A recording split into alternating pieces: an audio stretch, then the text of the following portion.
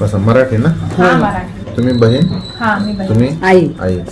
मराठी हिंदी काय बोलू? मराठी जास्त कम्फर्टेबल. मराठी जास्ती ओके. तुम्ही आता माहिती दिली आमच्या डॉक्टरांना. 1 वर्षापासून प्रॉब्लेम आहे ना असं?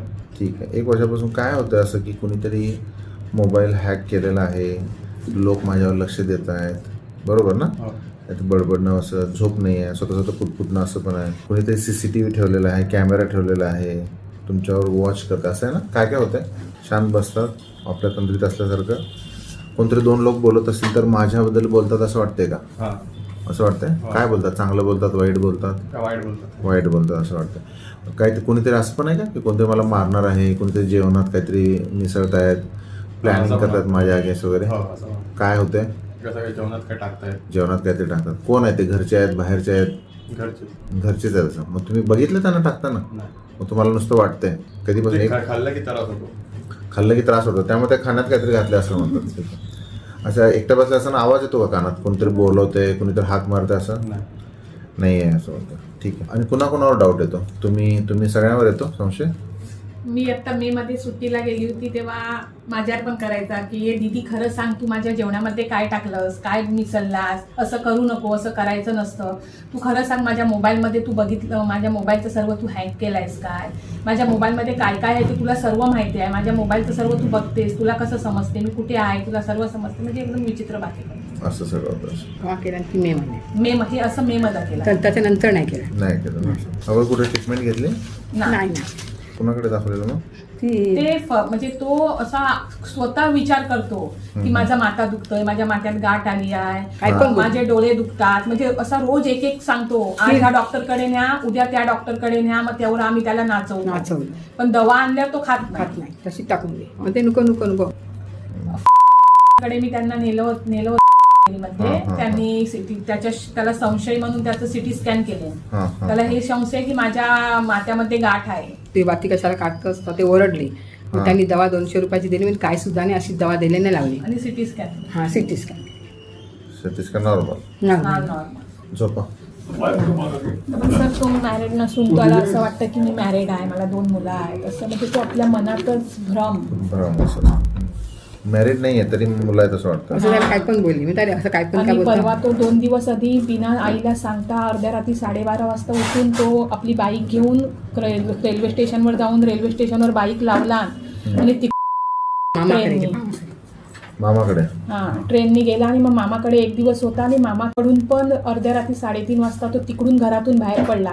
आणि मग तरी तू कशाला बाहेर पडलास, कुठे गेला? की मी माझ्या बायकोला भेटायला आणि मुलांना भेटायला. भाऊ बहीण किती? तुम्ही बहीण? मी एकच आणि तो एक. असं त्रास कुणाला फॅमिलीमध्ये होता? माझ्या वडिलांना होता. काय कुणाला ट्रीटमेंट चालू होती? काय तिथं त्यांना ऍडमिट वगैरे, इंजेक्शन वगैरे ते म्हणजे काय, ते त्यांना व्यसन होतं ना. अल्कोहोल होतं का? हा, अल्कोहोल व्यसन होतं. त्याच्यामध्ये ते म्हणजे असं शक करायचे. पण पिल्यानंतर शेक करायचे का न पिता पण शेक करायचे? पिल्यानंतर शेक करायचे का? ओके. असं कधी त्यांनी आणि नंतर त्यांना असं पण झालेलं मला आठवते की अर्ध्या रात्री उठून कच्चा रवा खायचे किंवा माचीचे काडे खायचे, सर्व भांडी वरती रेगवड लावलेली खाली काढायचे. मग त्यांना कडे आम्ही वापस नेल्यावर त्यांना बरं वाटलं. मग ते त्यांनी तसं नाही केलं. पण शक आता आहेत नाही माझे. वारले. काय शिक्षण किती झालंय? 12 शिक्षण झालं. परत नंतर काय नाही ना शिक्षणाला. पण तो म्हणजे कोर्ससाठी गेलेला 6 महिन्याच्या ट्रेनिंगसाठी शिपच्या, ती पण त्यांनी पूर्ण केला नाही. 2 महिन्यात वापस आला. म्हणजे कुठे टिकत नाही तो.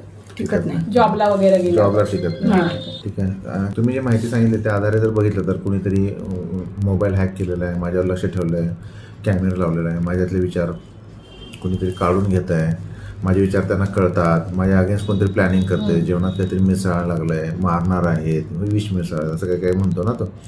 ते सगळे संशयाचा आजार, ह्याला भास आणि भ्रमाचा आजार म्हणतात. आणि युजली हे सगळं लक्षण आहे ते स्किझोफ्रेनिया नावाचा जो आजार आहे, स्किझोफ्रेनिया, तर त्याकडे हे सगळं झुकलेलं दिसतंय. त्याच्यामध्ये संशय असतो, भास असतात, भ्रम, आणि पेशंटला कळतच नाही माझं चुकतंय म्हणून. वेगळ्याच विषयात असतात. त्यांना किती पटवून सांगितलं तरी भ्रम म्हणजे काय असतो की फिक्स त्यांचा विचार असतो. किती पटवून सांगितलं खोटं, त्यांना पटतच नाही, ते आहेच असं वाटतं, जे नाही ते आहे म्हणून आहेच असं वाटतं. आणि ह्याला काही हे सांगून म्हणजे समजावून जात नाही डोक्यातनं. हा आजार कशामुळे डोपामिन नावाचं केमिकल असतं ते वाढलेलं असतं.